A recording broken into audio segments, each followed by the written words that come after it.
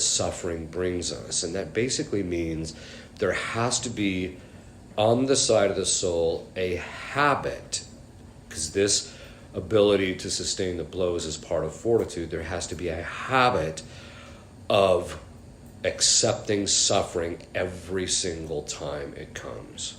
You have to develop that habit. If you don't, once you get up against the suffering you're not going to want to deal with, and especially if it's particularly horrific and difficult, it's going to start upsetting your interior life and affecting things interiorly. So you have to be willing to suffer on a regular basis. So how do we get to that? Well, it's kind of like this. I've mentioned this analogy before.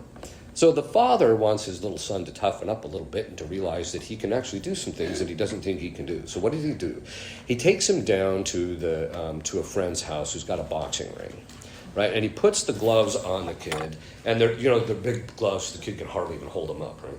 And he sticks the kid in the boxing ring. He's got a little helmet on and all this. Sticks him inside the boxing ring with a kid who's just a little bigger than him.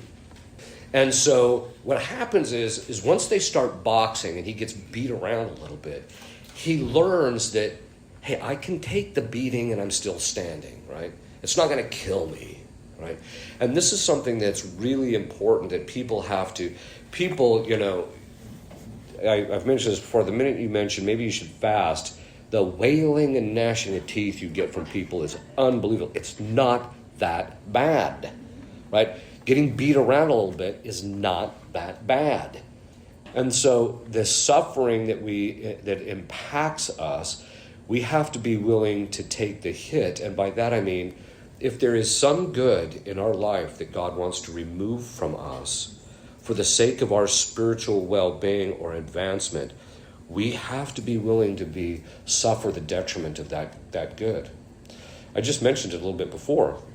Whether it's goods outside of us or our bodily goods, we have to be willing to suffer these things for the sake of a higher good. But that just basically means that we have to be able to take a beating, so to speak.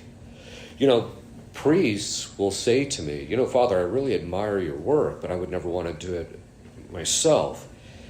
Now, I can understand that if a guy realizes I just don't have the dispositions and I'm not where I need to be in order to do this, that's fine.